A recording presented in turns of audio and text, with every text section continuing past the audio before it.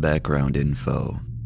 I'm semi-experienced with hallucinogens, having tried DXM, LSD, psilocybin, and ketamine a few times, plus a plethora of other substances.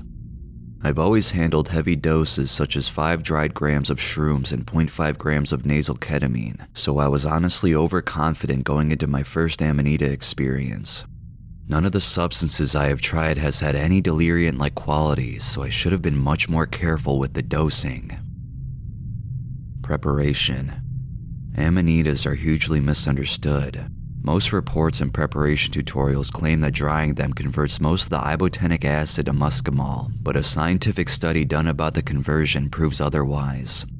Instead of just drying or otherwise heating the mushrooms to 100 degrees Celsius, one should boil them in a liquid with a pH of around 2.5. Lemon juice with a hint of water is what I used, and the results were anything but disappointing. I live in Scandinavia, so amanitas are super common here. I picked 7 caps of varying sizes and boiled 6 of them in the lemon juice plus water combo for around 140 minutes. Then I poured the lemon juice mushroom soup into a cup and let it cool down for an hour. I drank half of the liquid and ate approximately 4 caps after fasting for 20 hours. For me, it wasn't that disgusting, but most would probably disagree. The lemon juice was the only thing I tasted, and the texture of the non-dried caps wasn't that bad either. The experience.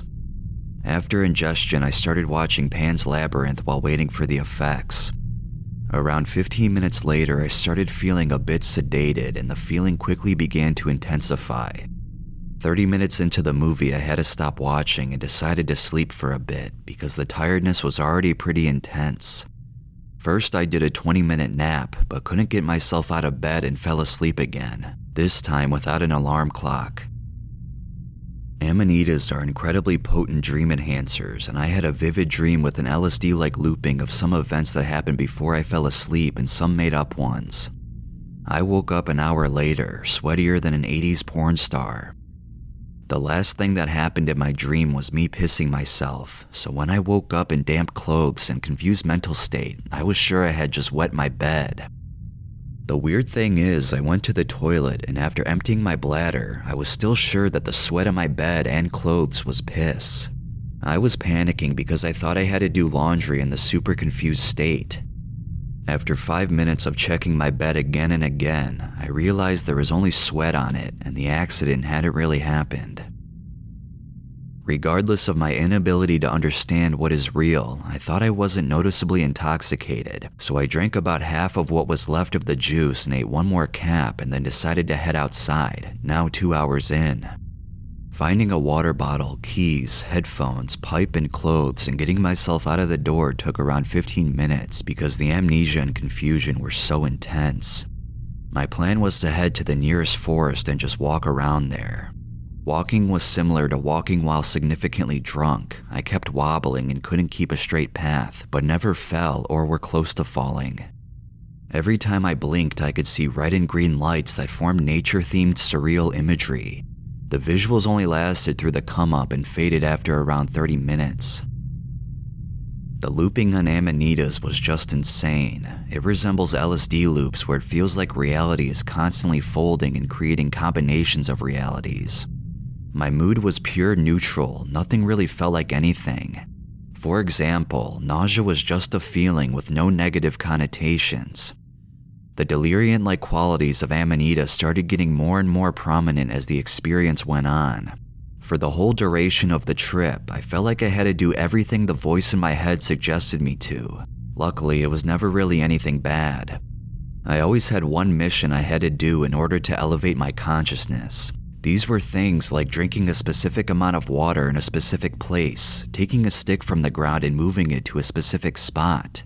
Every time a task was performed successfully, reality folded again and created a better reality, which in fact didn't feel any different from the one before it, but I always thought the next task would work.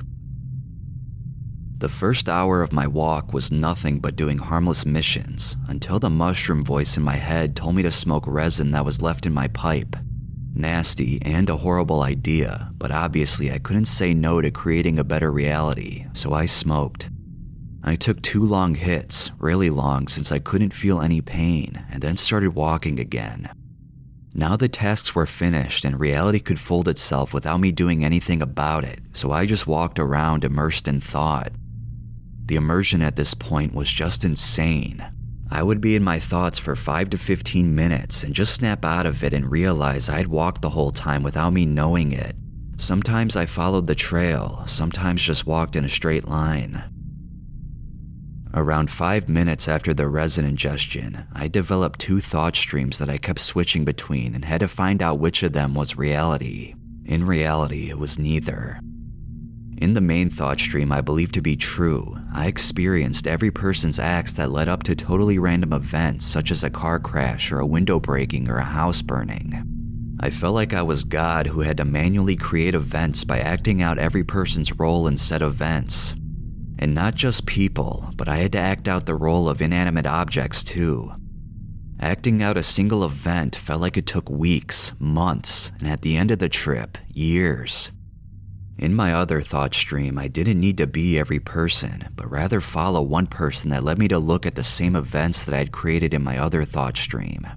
The person was myself viewed in third person, and all the events, the car crash, the house burning, happened to that person.